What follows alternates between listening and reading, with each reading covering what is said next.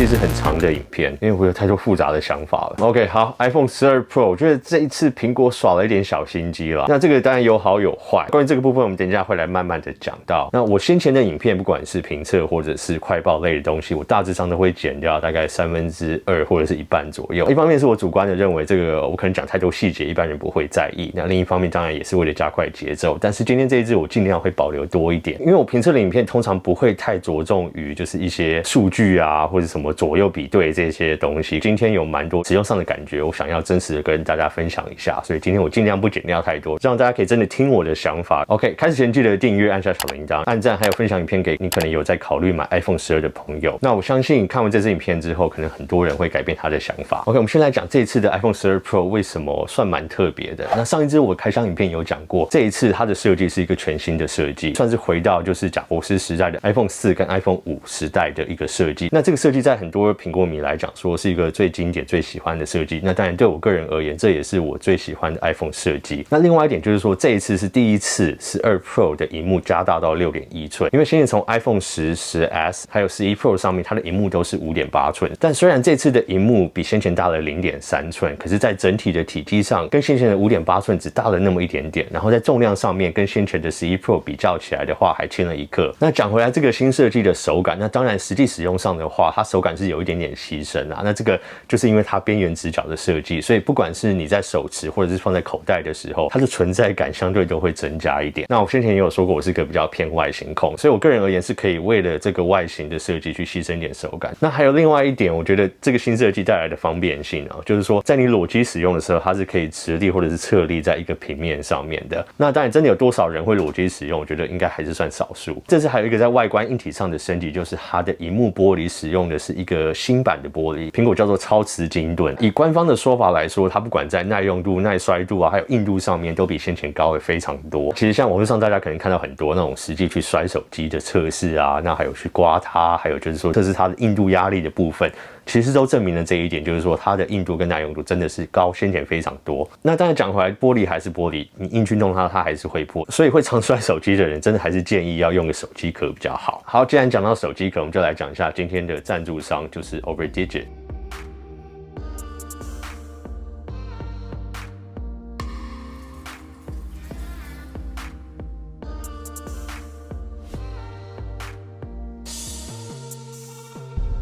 这是一个台湾自行设计研发的厂牌，目前在 iPhone 上主力的壳有2款，一款是边框式的钻石框，另一款是透明的军规防摔壳。先讲 Overdigit 的钻石框好了，在设计上可以看到外观有钻石结构，内层是用蜂巢的设计，这样的搭配可以有效分散撞击力，所以当然是军规防摔的等级。钻石结构其实也是呼应品牌 logo 的 G， 所以这次在新款外观上面就没有再另外打上商标，完全以钻石形状的 G 来传达品牌讯息。材质上是无毒的医疗级矽胶，很特别的一点是在内部中骨结构虽然有铝合金，但是因为特殊的挖空设计也不会影响收讯，内部有透明背板可以选择使用。有多款不同的颜色可以挑选，即使是浅色系的也不需要担心脏，因为就算被油性笔画到也是手一搓就干净了。那如果你喜欢的是透明壳的话，其实我上次有介绍过原厂的透明壳。那其实原厂的透明壳虽然是简约好看啦，但是有个很大的缺点就是它不太防摔，这个可是很多人认证过的。加上底部一样是没有完全包覆起来，很多人就因为这一点完全不考虑。那我觉得你可以考虑看看这一款 Overdigit 的透明军规防摔壳，边角一样有蜂巢设计来防摔。正面为软料加强冲击力的吸收，背面则是硬背板，可以加强结构性。正面加背面的周围都有凸起，保护萤幕和背后的镜头。最多人担心的透明壳变黄的问题啊 ，Overdigit 除了有抗黄配方，1年内如果真的碰到有变黄，也可以直接免费换新壳。以上2款都具有吊饰孔，也都是军规防摔等级，并都提供了1年的保固。所以如果你买了 iPhone 12系列，都可以参考选购 Overdigit 推出的保护壳。OK， 那我们回来再讲一个大家会很在意的一点好了，这个也是我这一次测试的重点，就是电池的续航力。那我觉得在一般日常使用上还好，可是在我测试下来，我这边讲一下我平常的大概萤幕使用的时间是大概5到7小时之间。那当然依每天工作的繁忙需求度并不太相同。如果我都坐在办公室使用的话，其实是还好，因为随时都可以充电嘛，对不对？可是当我今天要出门去办事的时候，这个使用体验感下来，就真的让我有一点先前使用 iPhone 10那种电池不够用的焦虑感。那我这样讲好了，前几天我去银行办事，那天刚好要办的事比较多，我早上大概9点多拖过去。然后我当初的电池是大概95%，当初到银行办完，其实在之间我并没有很多机会可以使用我的电话，所以像平常有时候可能看看影片这些事情都没有做，就是简单的回复一些讯息还有 email。办完之后走出来是12点半，那我电池剩下的只有54%。OK， 那这个我觉得是还蛮不够用的，我就持续这样的方式使用，没有充电它，到下午大概2点多快3点的时候，它电池容量就只剩下30%而已。那所以这几天平均下来的话，我觉得就是大致上我早上6点多起来好了，那用到大概中午的时候，它平均剩的电池量就是50到60% 之间，那到下午的时候就是30-40% 之间。那如果我都不去充它的状况下，大约就是在晚上7点8点左右之间，它就会完全没电，我就一定要去充它。那当然这样的用法就是因为我在测试它，那需要测试它的整天的电池续航力给大家看。可是我平常工作状况的话，我在办公室其实是会持续去充电它的。那这一方面当然就是为了让它的续航力够用，那另一方面其实这种方式也是对电池的健康度是比较好。所以我会建议就是说，如果你是工作状况是可以这样持续去充它的人，就不要刻意去放电，随时有机会充就去充，这样你的电池健康度会维持的久一点。那另一点来讲，如果你是一个需要出远门啊或者在外面办事情的人，那这一次用的12 Pro 或者是12系列来讲，你可能还是真的需要一个行动电源，这样会比较方便一点。所以我本来先前是有点期待这次12 Pro 的续航力，虽然我们知道电池的容量是有变小，可是我就在期待说，会不会使用 A14 的晶片，在真的平常日常使用上，我没有玩电动或做什么一些 loading 很重的东西，会不会它的续航力还不错？那现在使用下来的话，我觉得就算排除相机之间的差别的话，我建议，如果你很在意续航力的话，你还是要直接上12 Pro Max。好，那下一点我们讲到就是使用上的体验。其实这边我要讲到就是说，意外的使用体验感还蛮有感的。那我知道在实际跑分上面 ，A14 是比 A13 快了是不少啦。那可是我先前使用 iPhone 11 Pro Max 的时候，在平常日常使用上也没有任何卡顿啊，或是觉得不太顺的问题。这一整年下来，几乎都是这样。除了就是 iOS 14刚出来的时候，它有点卡顿的问题，可是我觉得那个是软体的问题。OK， 所以讲回来，用到12 Pro 的时候，我能在日常使用上感觉它更顺畅，这一点我是还蛮讶异的。毕竟11 Pro Max 就已经很快了。讲到一个很多人在意的就是玩游戏的上面，那这次我有特别测试了几款不同的游戏，还有一些在关于游戏方面的这些数据的跑分有测试到。觉得在平常你开启游戏读取的时候，这个读取速度上面的增进是非常有感。OK， 那虽然只是差个几秒，可是我觉得在等待一个游戏开启的时候，这个几秒就很有感。那在开始玩的时候，我发现有一些游戏真的在一开始的时候会有一点卡顿的问题，这个先前有观众提出来。那在我实际测试上面之后，我觉得有的游戏有的游戏没有。关于这一点，我觉得是比较在于游戏有没有针对于 A14 晶片去优化的问题。再来，我还有测试 3D Mark 的跑分，这一点就很有趣哦。不管我测试几次 ，iPhone 11 Pro Max 的数据都是比12 Pro 好。那如果你细去看的话，它可能在帧数上面 ，iPhone 12 Pro 的帧数一直都比较平均的。可是，在整体的表现，譬如说 iPhone 11 Pro Max 可以跑到更高的帧数，那在12 Pro 上面就没有看到。那关于这一点，我相信就是有没有优化的差别啊？因为如果你去用 Geekbench 去跑分数的话，可以明显的还是看得出来 A14 的晶片在效能上的提升还是非常的显著。所以我觉得，如果你对这一点有点担心的话，那可能就等到时候有进行优化之后测试出来的表现，再来决定要不要买这一次的 iPhone 12。那再来就讲到相机，那相机为什么这一点我每一次在评测的时候都会讲得非常长？因为当然是我个人对相机这一点是非常的在意。以我主观看来，这次11升到12最大的改变，当然除了5G 啊，还有新设计之外，我觉得最大的亮点应该就是他们所针对相机上面的提升。那可是关于相机提升这一次，在很多机种上面又有很多不同复杂的方式要去解释，那我来尽力的解释一下。那这次在12 Pro 上面，它还是维持了后面3颗镜头，然后还有1颗前置镜头，可是在后面镜头的组件上面加上了1颗 LiDAR。这个 LiDAR 在拍照还有应用上面，特别是针对对焦速度啊，特别是在低光源的时候拍摄会有点帮助。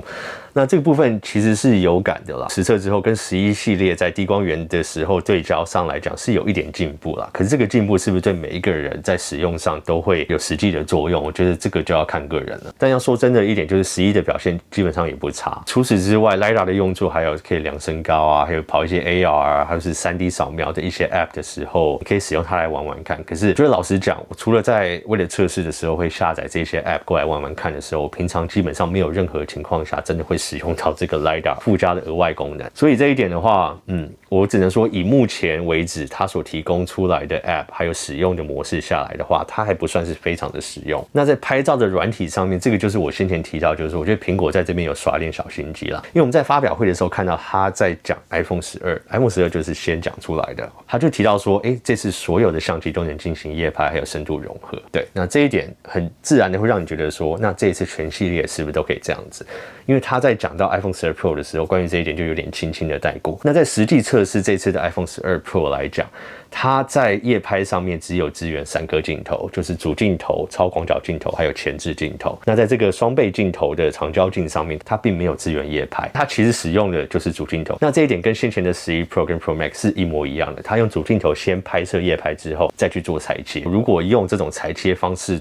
去做夜拍的话，我觉得基本上没有任何意义。那你还不如去用主镜头拍一张广一点的夜拍照，事后再选择你需要的部分去做裁切。我觉得用这种软体操弄的方式去做，我觉得并不是太好了，会让人家有点误以为就是说它3颗镜头都支援夜拍，其实是没有的。那我要再讲回来，虽然说这次超广角跟前置镜头都支援夜拍，可是它在实际的应用上面，还有它在运算的方式上面，我觉得这也是一个小心机的地方，因为它的拍摄的效果，比如说在超广角来讲，它的画质跟先前一代没有什么显著的进步。那它其实用拍摄夜拍的方式，就是用它晶片去运算啊，然后让它长曝。那这个我们先前有测试其他的软体，或许可以做到很类似。可是我相信苹果也可以把这个功能下放到 iPhone 11，因为 A13 晶片绝对是做得到这一点。那在前置镜头的部分呢，它使用夜拍的方式，其实我上次影片有讲过，就是它也是用长曝的方式，然后它在前面的萤幕它会打光。OK， 那它打光基本上就是让你在拍摄你脸主体的时候，它用这个光去照亮你的脸，然后它再用长曝的方式去进行夜拍。如果要这样做的话，那是不是其他 iPhone 都做得到，对不对？或许 iPhone 10你要用这种方式去做，它也是做得到。所以这个在提出全系列都支持夜拍这个讲法，但是在实际相机的组件上其实并没有太大的升级。那这一点我觉得就是苹果有点耍小心机的地方了。那至于这些运算还有夜拍的模式会不会有一天下放到 iPhone 11，